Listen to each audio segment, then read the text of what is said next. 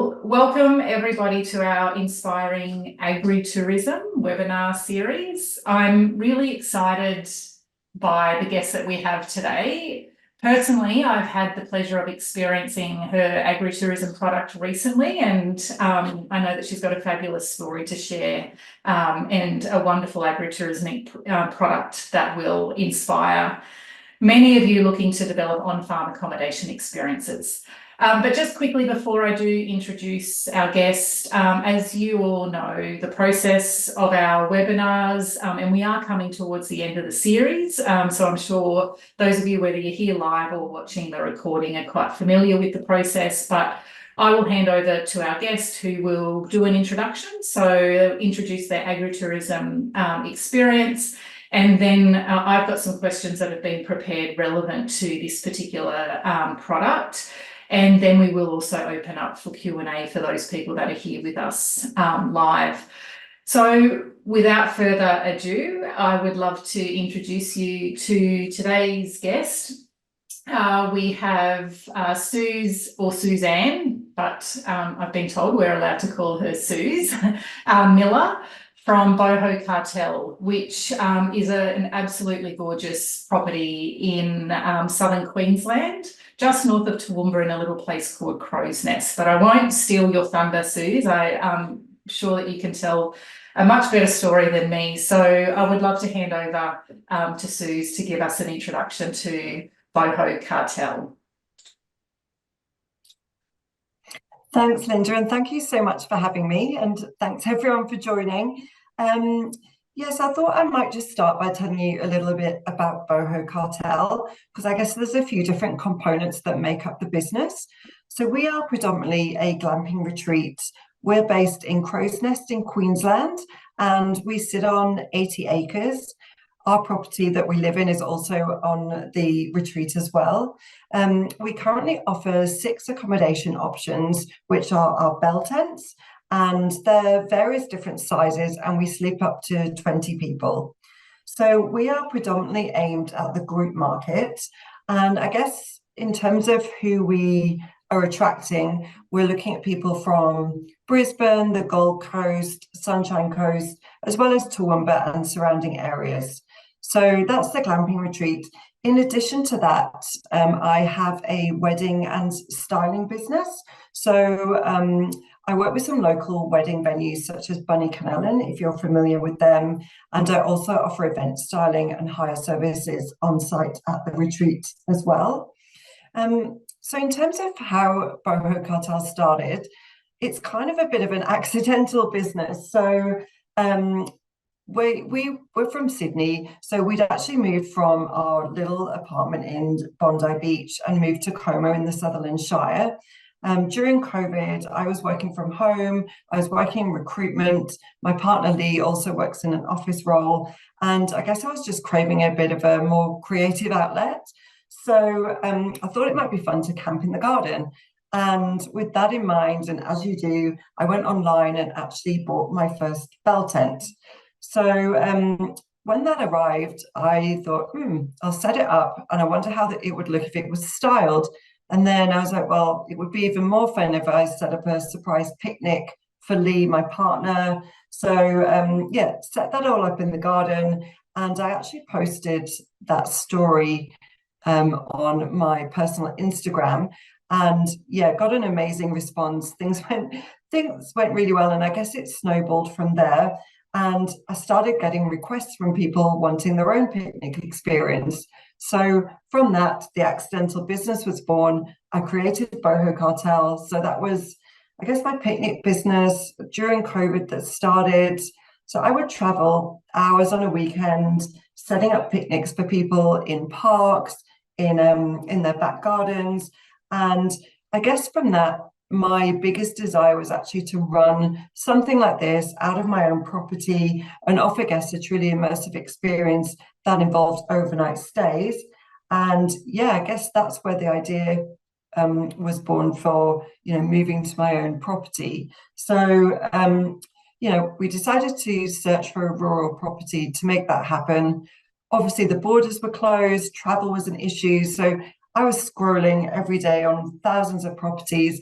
And this one came up, and I knew instantly, as you can see from the views on the pictures, that this was the one. My partner was a bit less happy about this because we were initially looking at 10 acres. This is 80 acres, but after a lot of convincing, a lot of hurdles, we finally bought the property and moved in, just ready to set up the glamping retreat. So yeah, that I guess is in a nutshell how it all came about.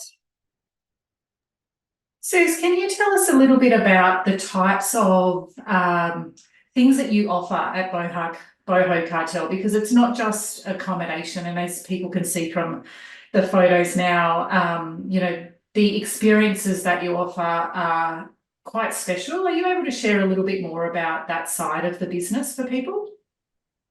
Yeah, sure. So I guess my vision for the retreat was not to make it just an overnight stay or, a glamping stay, but more of an experience. I wanted to create a really, I guess, a magical, serene retreat where people would walk in and feel like they'd stepped into a different world. It really had a wow factor. And, they were in the wilderness, but they had that sense of luxury, and they could add on a lot of different experiences to their stay. So, when building the retreat, I really focused a lot on the communal spaces and how it all flowed together. So, it wasn't even about the accommodation options. It was more around, the experience. So the first thing we did was put in a huge magnesium swimming pool overlooking the views, and everything kind of flowed back from there. I guess in the middle picture, you can see on the top right, we converted the old stable, which was a rundown old horse stable on sloping land, into, I guess, the hub of the retreat. So within there, we have dining tables that seat 20. We've got a deck with a huge wood-fired pizza oven. We've got seating areas. We've got a bespoke fire pit area, and I guess the accommodation options are almost not an afterthought because a lot of work went into it, but it's the retreat as a whole that we can offer. We can offer bespoke experiences. So every group that we have is different. So for instance, we had a wellness retreat the other weekend. I set up a gazebo. We set up dining tables. I've got 3 shipping containers full of styling and hire equipment for weddings. So I definitely utilize that around the retreat for picnics, for dining, for events. So, we design the space that it can be used for lots of different events, I guess. That's fabulous. Thank you for that, Suze. What I'd love to ask you is, without getting too personal, obviously, but you have come out of the corporate world. So you weren't a farmer, and we have been talking a lot in this series to, farmers or people that have lived on the land for a while that are diversifying or moving into the tourism space. So looking at agritourism experiences. But for you, you've come out of the corporate world, you've jumped straight into agritourism, 80 acres, not 10 acres. I'd imagine, both from a farming or agricultural perspective and also a tourism perspective, you've had to learn some new skills along the way. Tell us a little bit about that. What have you had to learn? How have you adapted? How have you grown as a person to be able to run Boho Cartel?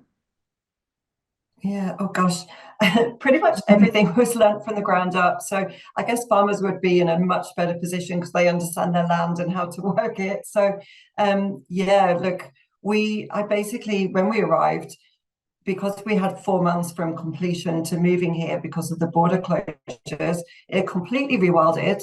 And I was basically looking at this sloping fields full of rocks, full of weeds, and that was the image of, that was where the glamping retreat was going to be.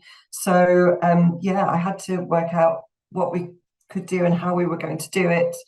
As I said, we put the pool in, but once we put the pool in, it was a beautiful pool in the middle of a field. So then we had to look at earthworks and landscaping and how to level out the ground that we needed, how to repurpose things on the land that we were going to use again, such as the stable.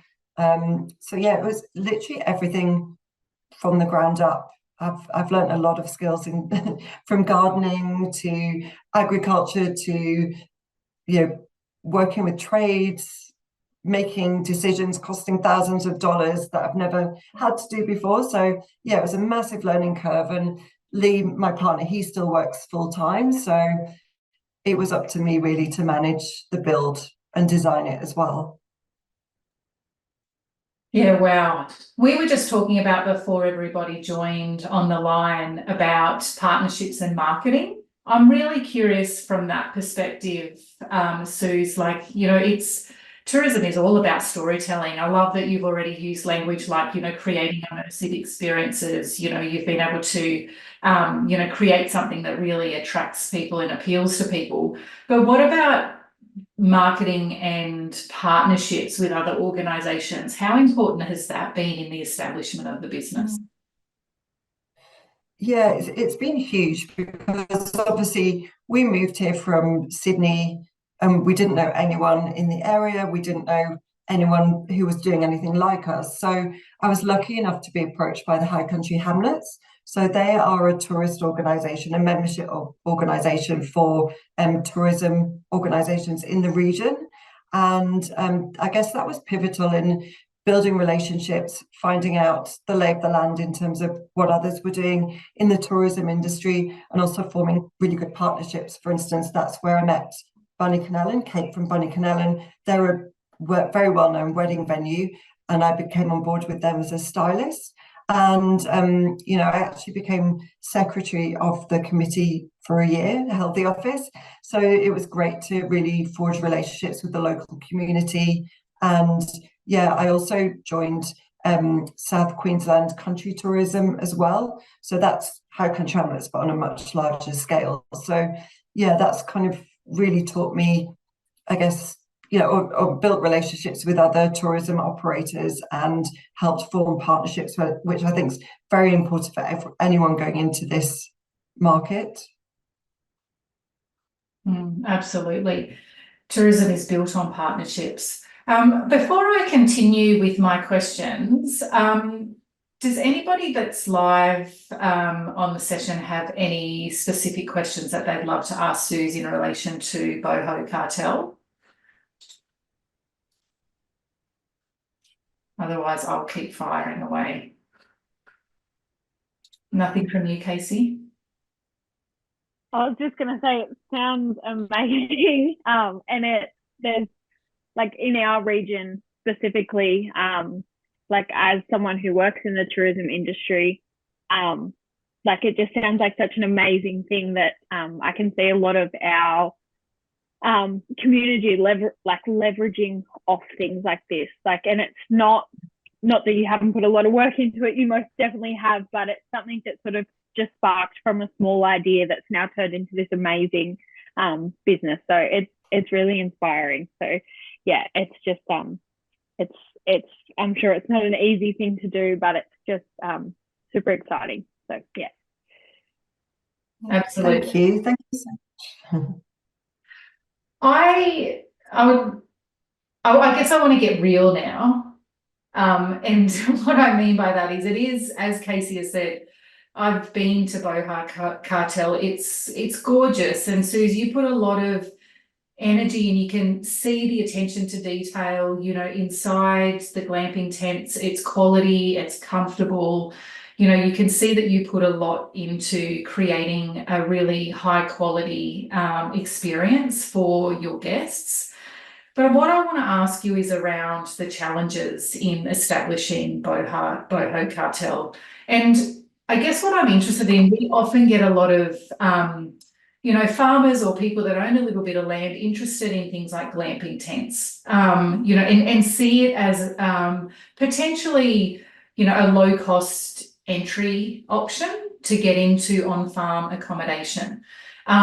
So sorry, that's a number of questions actually in one, but let's just start with, I'd love to ask you, thinking back to the hard yakka that you put in, the establishment stage, and I know it continues to be hard, but what would you say are some of the key challenges that you have had to navigate throughout the process? And I guess I'm also interested to understand with each of those, if there's multiple, how you've been able to overcome them or deal with them.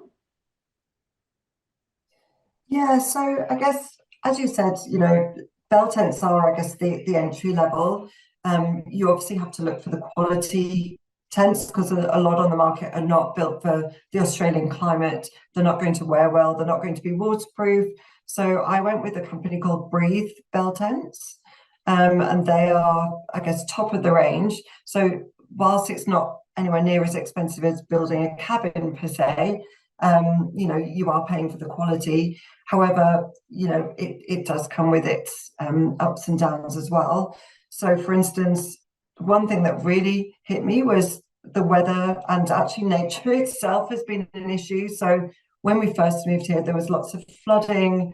There was, so many rainy days that stopped tradesmen coming in. It put hampered our progress in a lot of ways. Sometimes we couldn't even get down our drive because it was flooded. And the tents, obviously, they don't, even though we air them out, they don't necessarily hold up to being in damp conditions all the time. So, that was one issue we had to overcome, was how to keep the tents fresh, how to keep them clean. We finally got to grips with that, and it was quite an easy fix.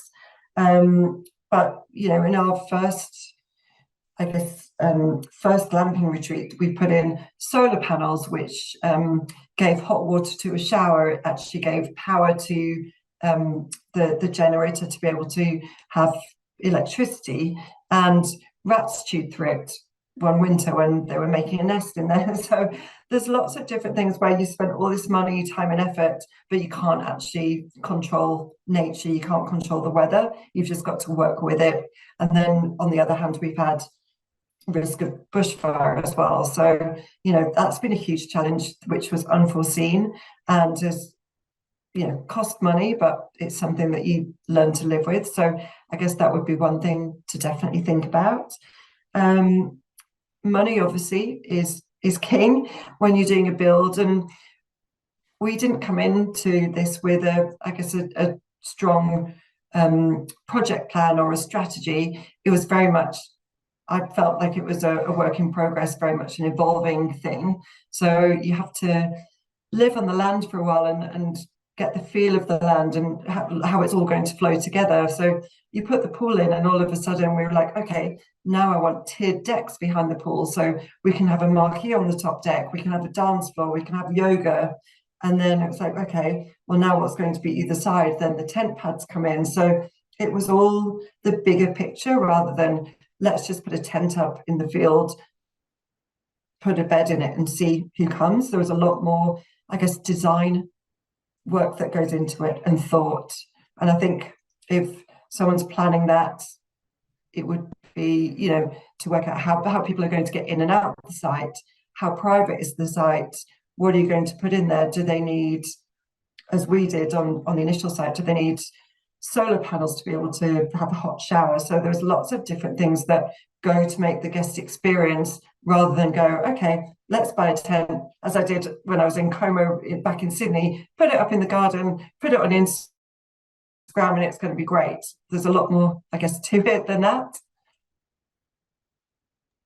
So is there anything, that's an interesting point. And I think majority, look, to be completely honest with you, I would say a lot of people in tourism, not just agritourism, but in tourism, they do kind of evolve as they go. I think that's the nature a bit of the industry, because you do learn and you adapt and you see what your guests enjoy and you go, oh, that works. Maybe we need to do a little bit more of that. So I think that is natural. And I think, what you've created based on that is absolutely stunning. But is there anything, Suze, that you would do different if you had your time over again?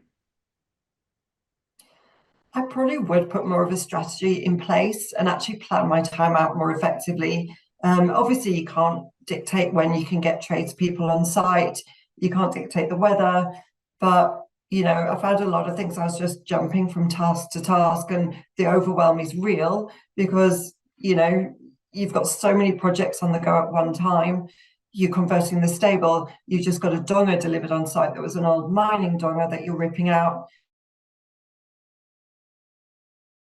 putting a gorgeous shower and toilet block in whilst you're trying to landscape, whilst you're trying to learn what to plant that's going to screen this off. And, you know, you're wearing so many different hats.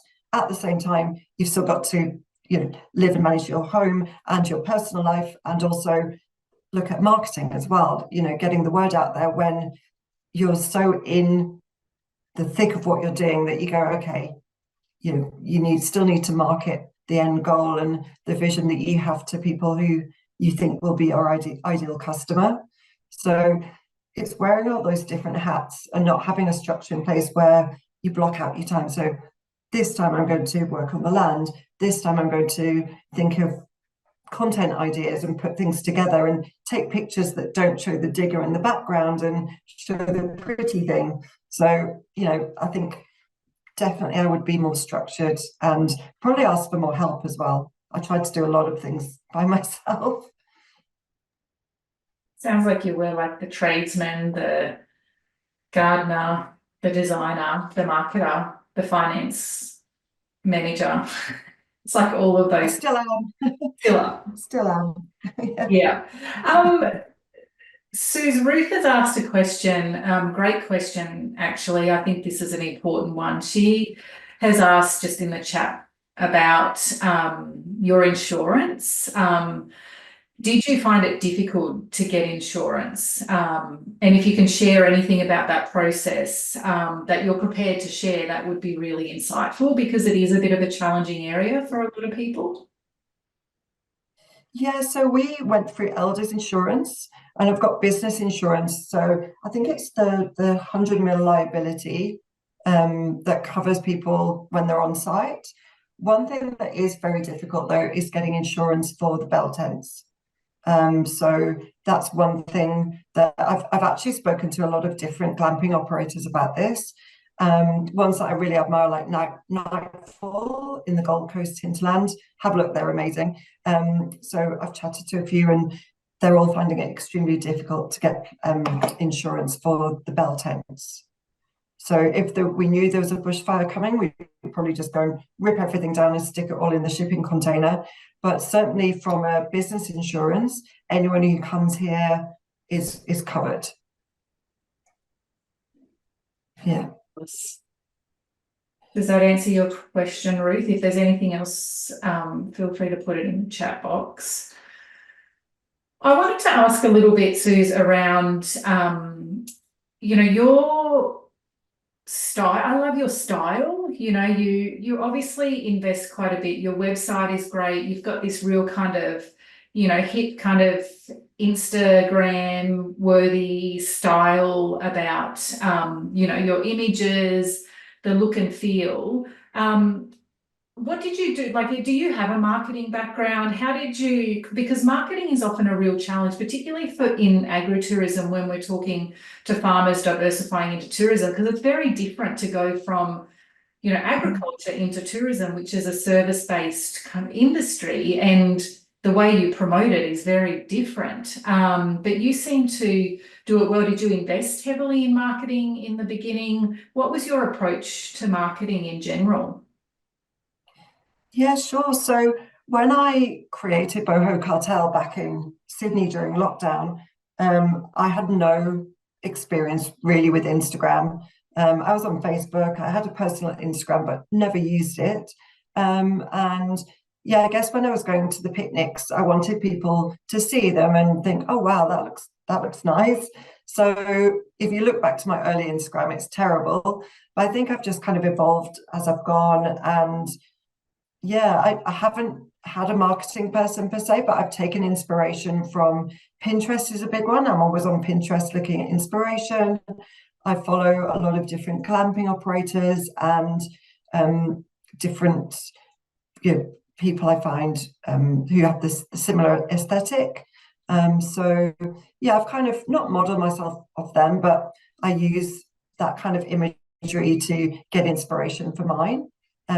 There's definitely a lot of room for improvement, and I'd love to have a very structured marketing plan in place in terms of, you know, batch creating content and having it ready to go, rather than going, oh my goodness, what am I going to post this week? There's no one staying, I'm not doing anything, so another picture of the sunrise it is, kind of thing. So yeah, Thank you for saying that. But yeah, there's definitely a lot of work to be done just to get it ticking and have that rhythm going. What do you see is Instagram your most effective form of marketing for your style of business and your type of audience? Yeah, definitely. Definitely Instagram. I'm getting my website redone at the moment, and I'm going to kind of tie them in a lot more together. So, I want to get people onto my mailing list, because having a mailing list is really, really important for an agritourism operator or any tourism operator. And mine is very minuscule. So at the moment, all my eggs are in the Instagram basket. So I really want to diversify and really build the email list. And I said to the website lady, look, I want my website to feel like people are going on that experience, going on that journey, and feel like they're entering Boho Cartel. So yeah, that should be ready in the next month, I think. Fabulous. So what's next for Boho Cartel? What's the vision? Where are you going? Where are you taking this business? Yeah, definitely. So a few different things. Obviously, I said that we're very focused on the group market. We had our first wellness retreat a few weeks ago, and it was amazing. And I think, being as where we are in nature is very, very serene, beautiful views. You're really immersed in nature, the stars at night, the birds in the morning. So I think wellness retreats go hand in hand with this place. And also, one of the main reasons I bought the property was that I could see it as a wedding venue. And obviously, I have a wedding styling business, 3 shipping containers full of pews and all the tablescaping items, wedding items. So, yeah, that's definitely a number one priority, is getting set up as a wedding venue. And you mentioned to me, I hope it's okay for me to say this, you are also, I'm not sure if this is the short or the long term, but looking at potentially moving to cabins down the line or adding cabins to the property. Is that a longer term goal for you? Yeah, so we've been thinking about it. There's actually a company called Zomes, Zomes. So they look like bell tents, but they're a wooden structure. They're incredible, really architecturally amazing. You can style them, the inside floor, the footprints, I guess the same as the bell tent, they're a round shape. So I've actually bought plans for one, but we priced it up and it's not feasible right now. But I think for longevity and to really attract that very high-end customer, I think the Zone is where we want to go down the line. Yeah, fabulous. Yeah. Does anyone else have any other questions? I've got a couple more. Hey, Tom, how are you? Hey, good, thanks. Sorry for just lurking in the background here, but I just wanted to, Suze, I'm down in southern Victoria with the Otway Harvest Trail. We sort of are a group of businesses that in some way related to produce and agritourism, that sort of thing. But I just kind of am interested to know, I suspect that your product is really appealing to urban young people who possibly haven't spent much time away from the city, and perhaps you might have some sort of stories about first timers and what sort of their expectations are if they're coming out into the country for the first time.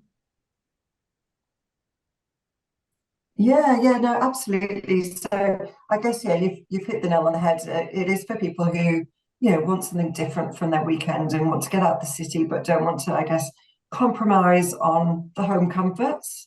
So, we made an effort to have king beds that split into king singles for different configurations of groups, have it all set up. But yeah, we've had people who've come in and they've called us at like midnight saying there's a huntsman in the tent, things like that. So, you can't please everyone, but most people are really appreciative of what you have. And we made an effort to, I guess, set up different areas and spaces for people within the retreat. So, like a bespoke fire pit area that a friend of ours welded out of horseshoes, and we've got the stable where you've got the little cozy sofa area with a log fire.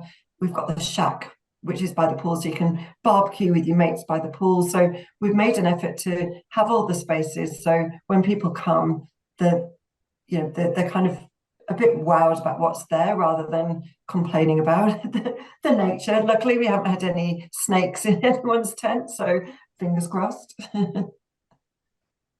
There's that sort of thing going on with like on TV with Farmer Wants a Wife, and I wonder if that's the sort of luxury, glamorous kind of style impression that people in the city think that they're going to get when they come out into the country.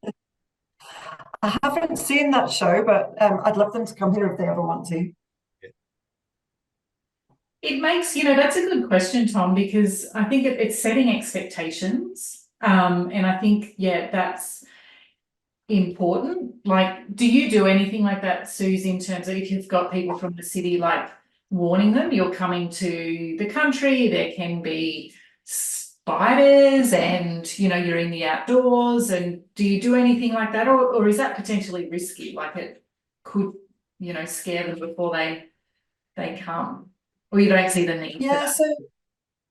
Well, I mean, that's a good question and something I do need to think about, because it is on the website that, you are in the wilderness and, you're in a rural area, so that they know it is in, I let them know there's no internet and, well, limited internet, there's not heating in the tents. I haven't had any complaints when people come. So yeah, I do set some expectations, but I don't really mention the spiders or snakes side of things. It makes me think of that funny YouTube video, about having a holiday. I don't know if anyone's seen it, yay, let's go on a holiday to Australia. And it's got like all of these, deadly snakes and, eaten by a crocodile, or it's really funny. It doesn't do us any favors, but it's quite funny. Ruth is asking all of the good questions, or the hard questions. Once again, feel free to share as little or as much as you like on this one, Suze. But Ruth has asked, how has the business been going to date? And is it financially viable so far? So, look, I guess in terms of all the infrastructure that we put in, all the, running electricity, all the earthworks, all the purchasing, and it never stops. We've only just opened in October. We're still adding things as we go, so all the money that we get is being plowed back into the business, so we're not making money at this stage.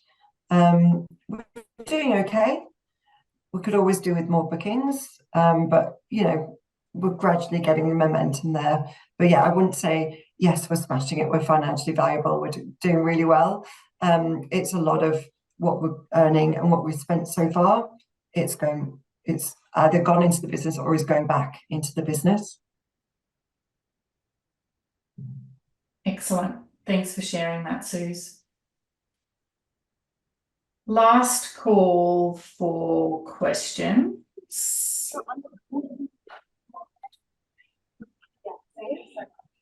Ruth, did you have a question, or you're just, that's back?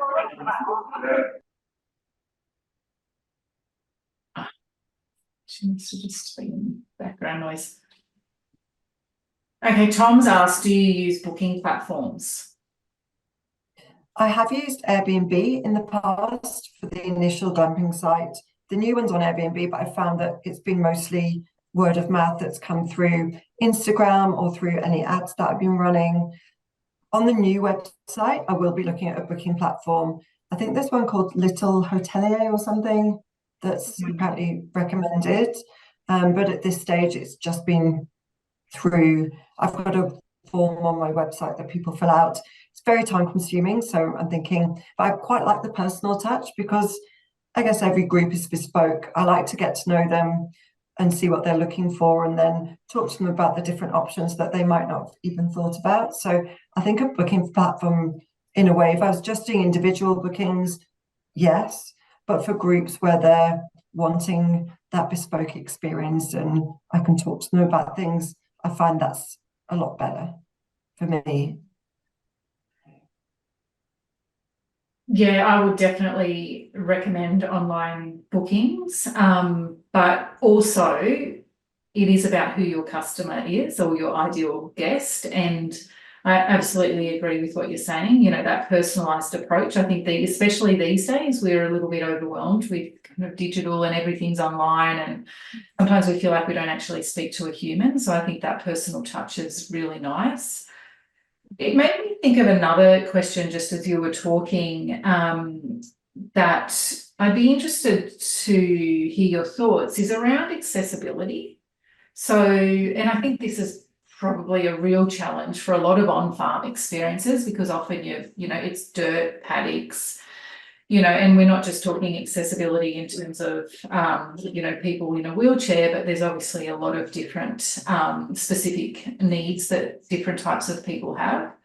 Is that an area you've ever explored, particularly being in Queensland? You know, it's there's a lot of push from the state government at the moment around accessible tourism. Have you ever explored that, Suze, or is that just another thing that's kind of will come?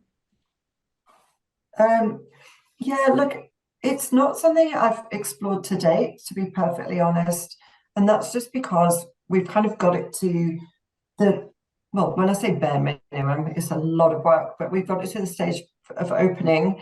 And as I said, it's on a very slanted hill full of rocks, lots of uneven ground. So for wheelchair accessibility, the infrastructure would be insane in terms of putting in tarmacked paths around and ramps and all the rest of it. It's very hilly. It's, you know, it's rural. So that might be something we look at in the future, but cost-wise, it's not something we can even entertain at the moment.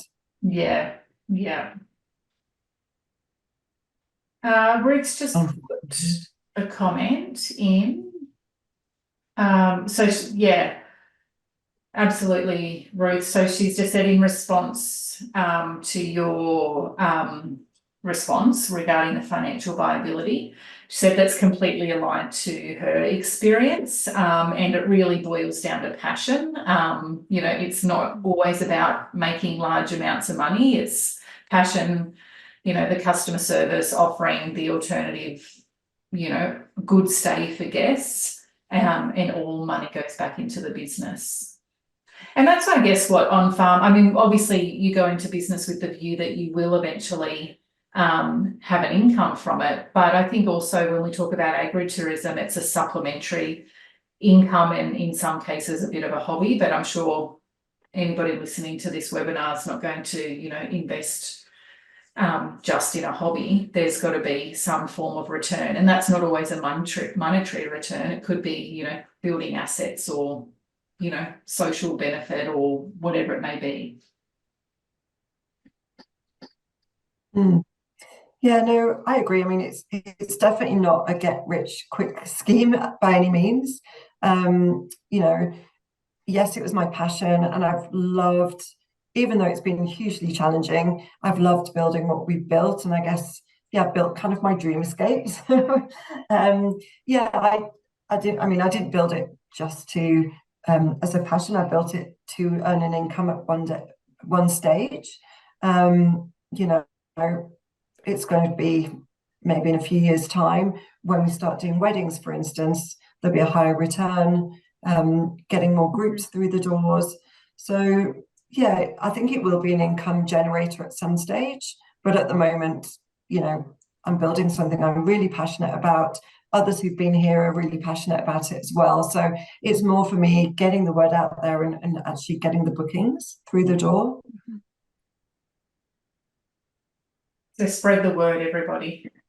My final wrap-up question, Suze. Do you have any recommended resources or key tips for others that may be looking to, you know, invest in on-farm accommodation down the track?